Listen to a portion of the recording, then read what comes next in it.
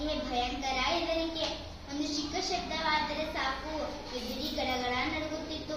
ಒಂದು ದಿನ ಮೊಲ ನದಿಯ ಬದಿಯಲ್ಲಿ ಬೆಳೆದಿದ್ದ ಹುಲುಸಾದ ಹುಲ್ಲನ್ನು ತಿಂದು ನೀರು ಕುಡಿದು ವಿಶಾಲವಾಗಿ ಬೆಳೆದಿದ್ದ ಹಲಸಿನ ಮರದ ಕೆಳಗೆ ನಿದ್ದೆ ಹೋಗಿತ್ತು. ಆ ಸಮಯದಲ್ಲಿ ಹಲಸಿನ ಮರದ ಮೇಲೆ ಹಣ್ಣಾಗಿದ್ದ ದೊಡ್ಡದಾದ ಹಲಸಿನ ಹಣ್ಣು ದಪ್ಪೆಂದು ಕೆಳಗೆ ಬಿದ್ದ ರಭಸಕ್ಕೆ ಹಲಸಿನ ಹಣ್ಣು ಚೂರು ಚೂರಾಗಿ ಸುತ್ತಲೂ ಹರಡಿಕೊಂಡಿತು. ಆ ಸದ್ದಿಗೆ ಮೊಲಕ್ಕೆ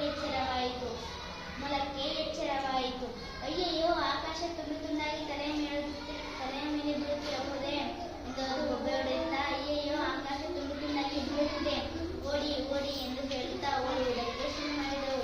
ಇದರ ಗಾಬರಿ ಕಿರುಚಾಟವನ್ನು ನೋಡಿದ ಕಾಡಿನ ಇತರೆ ಪ್ರಾಣಿಗಳು ಅದರೊಂದಿಗೆ ಓಡುವುದಕ್ಕೆ ಶುರು ಮಾಡಿದವು. ಕಾಡಿನಲ್ಲಿ ಗಲಾಟೆಯೋ ಗಲಾಟೆ, ಗೊಂದಲವೋ ಗೊಂದಲ.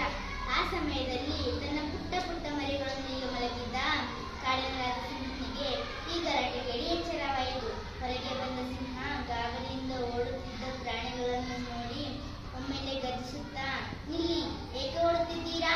ಕಾಡಿಗೆ ಬೆಂಕಿ ಏನಾದರೂ ಬಿತ್ತಾ ಎಂದು ಕೇಳಿತು. ಸಿಂಹದ ಗರ್ಜನೆ ಕೇಳಿ ಪ್ರಾಣಿಗಳೆಲ್ಲ ತಟಕ್ಕನೆ ನಿಂತವು.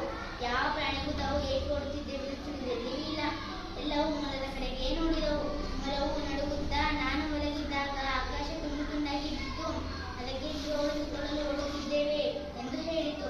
ಬುದ್ಧಿ ಬಂದ ಸಿಂಹರಾಜನಿಗೆ ಈ ಮೊಲದ ಪೆದ್ದತನದ ಬಗ್ಗೆ ನಿದ್ದೆ ಹೇಳಿತು. ನೀನು ಎಲ್ಲಿ ಮಲಗಿದ್ದೆ ತೋರಿಸು ಎಂದು ಹೇಳಿತು.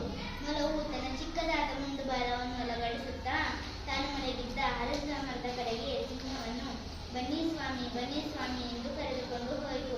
ಮೊಲವು ತೋರಿಸಿದ ಜಾಗಕ್ಕೆ ಹೋಗಿ ನೋಡಿದಾಗ ಹಲಸಿನ ಹಣ್ಣು ಚೂರು ಚೂರಾಗಿ ಬಿದ್ದಿತ್ತು. ಮೊಲವು ತೋರಿಸಿದ ಜಾಗಕ್ಕೆ ಹೋಗಿ ನೋಡಿದಾಗ ಹಲಸಿನ ಹಣ್ಣು ಚೂರು ಚೂರಾಗಿ ಬಿದ್ದಿತ್ತು.